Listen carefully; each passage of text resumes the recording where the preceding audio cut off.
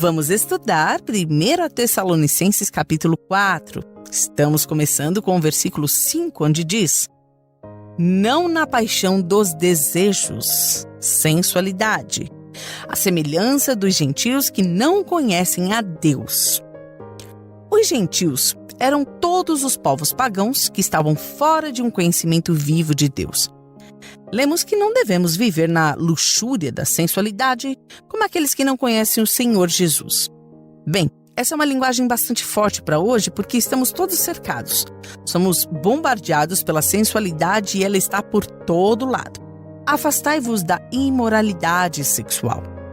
Se pudéssemos compreender esse pensamento, essa pequena frase em que Deus está dizendo o que não devemos fazer, veremos que isso implica, em primeiro lugar, que temos de ter uma postura correta quanto à imoralidade sexual. Quando estivermos dispostas a isso, não veremos as coisas que temos visto. Não toleraremos as coisas que temos ouvido e, de alguma forma, sentiremos que houve uma operação radical dentro de nós. Nesse assunto, ninguém iluda.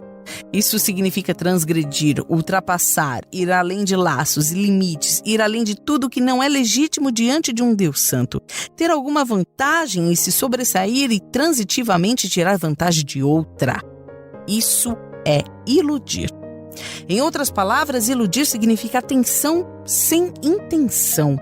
Flerte, gracejos, tolos, vestir-se para incitar e estimular o apetite de uma pessoa do sexo oposto. Nesse assunto, ninguém iluda e se engane. Apetites estimulantes que você não pode satisfazer legalmente diante de um Deus santo. A impureza é tratada como pecado sexual na Bíblia. É uma ofensa à santidade e honra. É um ato de defraudação contra outro em tomar o que é dele por direito. Enganar dessa maneira significa defraudar uma pessoa da mesma forma que você faria nos negócios.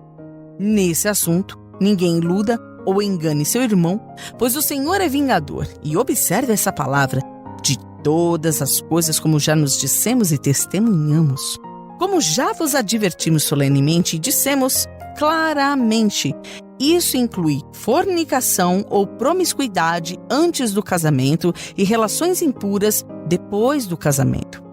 Nesse assunto, ninguém iluda ou engane seu irmão, pois o Senhor é vingador a respeito de todas essas coisas, como vos já dissemos e testemunhamos. O Senhor é vingador. Ou seja, aquele que satisfaz a justiça por punir o malfeitor.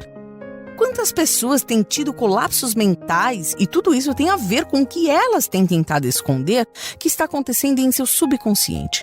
Porque Deus não nos chamou para a impureza, mas para a santificação. Deus nos chamou para a santificação. Todos os pecados de impureza contaminam o vaso, o nosso vaso, o vaso do crente, porque este vaso é um templo para o Espírito Santo. Uma vida cristã é uma vida chamada por Deus. Esta não é minha iniciativa, mas dele, visto que fomos criadas para as boas obras. Fomos criadas para andar em novidade de vida. E supõe-se que haja uma diferença radical.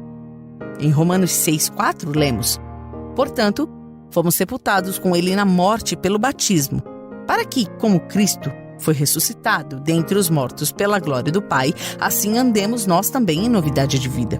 Porque se fomos unidos a ele na semelhança da sua morte, certamente também o seremos na semelhança da sua ressurreição.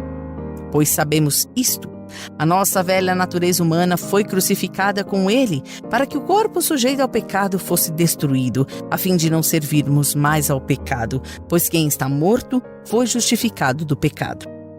Deus, ao perdoar e resgatar da ira vindoura por meio do precioso Senhor Jesus, quando ele morreu e ressuscitou dentre os mortos, nos deu uma nova vida em Cristo, não a velha vida recomendada, uma nova vida.